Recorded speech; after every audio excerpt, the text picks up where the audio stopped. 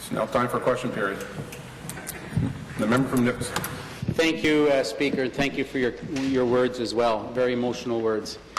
My question is for the Premier. Your budget is being presented today for the final vote. In the pre-budget hearings held throughout Ontario, we heard from all walks of life. People said, do something to help families struggling to pay their hydro bills. Businesses told you, get out of our way so we can create jobs and restore the Ontario that you've ruined. But you did neither. Instead, you dug deeper into the pockets of families and seniors, and you put forward a bill that makes it even more expensive to do business in Ontario. Premier, why do you continue to refuse to listen to the people of Ontario? Thank you.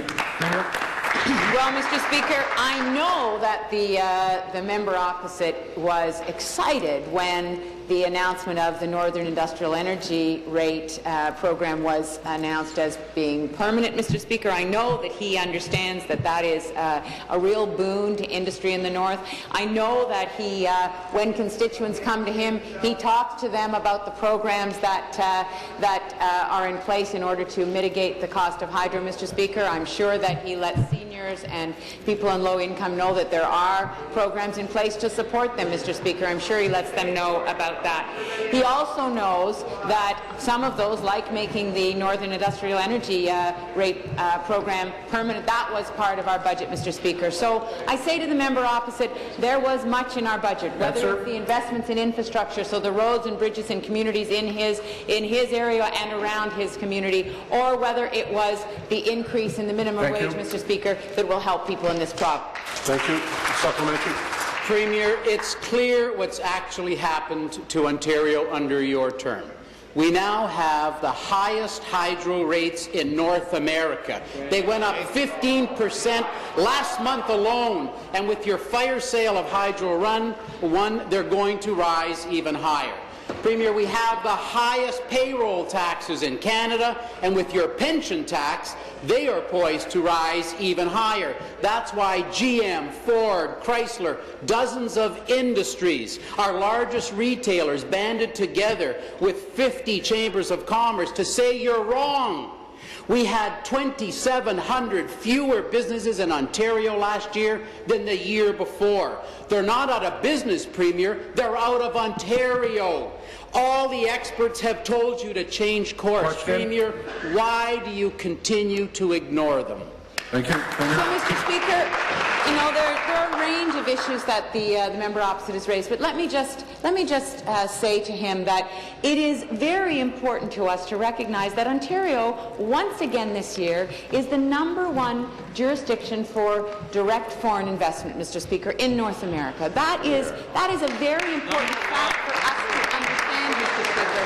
That, you know, the conditions that are in place in Ontario are drawing business and drawing industry to the province, Mr. Speaker. The other issues that he has raised in terms of the need for an enhancement to the pension plan, Mr. Speaker, and our response to the federal government that is not interested in enhancing the Canada pension plan, we are putting forward an Ontario retirement pension plan. Mr. Speaker, that's to solve a problem. The problem is that people cannot save enough. And what the business owners have said is, be careful with the design. We are listening to them. We are listening to the business owners across the province. The Associate Minister of Finance is talking to people across. Thank you. Final supplementary.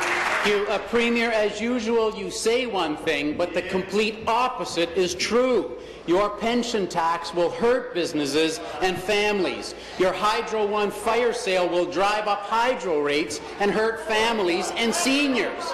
The officers of the legislature will lose oversight, and your hydro deal will be done in complete secrecy. All this is so that you can continue your infrastructure charade. You say you need the money for transit, but it was already in last year's budget without the money from the pension tax and the hydro fire sale. It's all a ruse. It's all a shell game.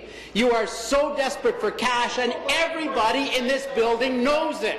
Premier, will you stand down your final budget vote today and take a long, hard, second look at the damage it's going to cause Ontario? Thank you. Be seated, please. Be seated, please. Thank you. Premier. You know, I think the people of Nipissing alone, but I think many people across the province would be interested to know that the member opposite and his party think that the Canada Pension Plan is a tax. Mr. Speaker, because that's the extension of what he is saying. He is saying that an enhancement to the Canada Pension Plan, the Ontario Retirement Pension Plan that we would put in place, is a tax. That's not what pensions are, Mr. Speaker. Pensions are about putting an investment... Stop the clock.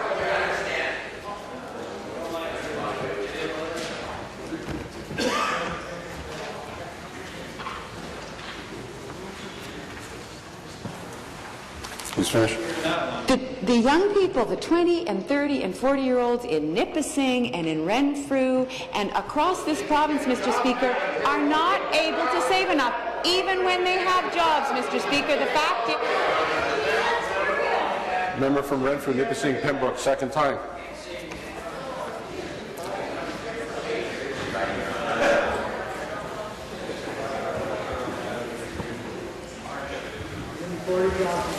Pension, Mr. Speaker, is not a tax. We are listening to businesses and individuals around the province on the design. In terms of the hydro one, Mr. Speaker, we are building transit. We are building transportation infrastructure. It was in our budget that one of the ways we were going to pay for that was through... Thank you. New question, the member from